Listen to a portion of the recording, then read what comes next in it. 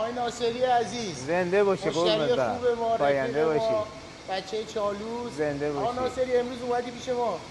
والا ماشین هیدرولیکش جیغ جیغ میکرد دیگه، گفتم اول اینجا بیام پیش شما، چون قبلا هم اومده بودم و راضی بودم دیگه، مستقیم اومدم مزاحمت شدم. مغازه خودت زنده باشی رضایت عزیزم. کار داشتی؟ بله، هم سریع، هم ماهرانه، هم قیمت مناسب. خدا به شما برکت بده. خیلی متشکرم ازت. سلامت باشی. انشالله که سلامت باشی، دستتون زنده درد باشی. نکنه. سلامت ممنون. باشی.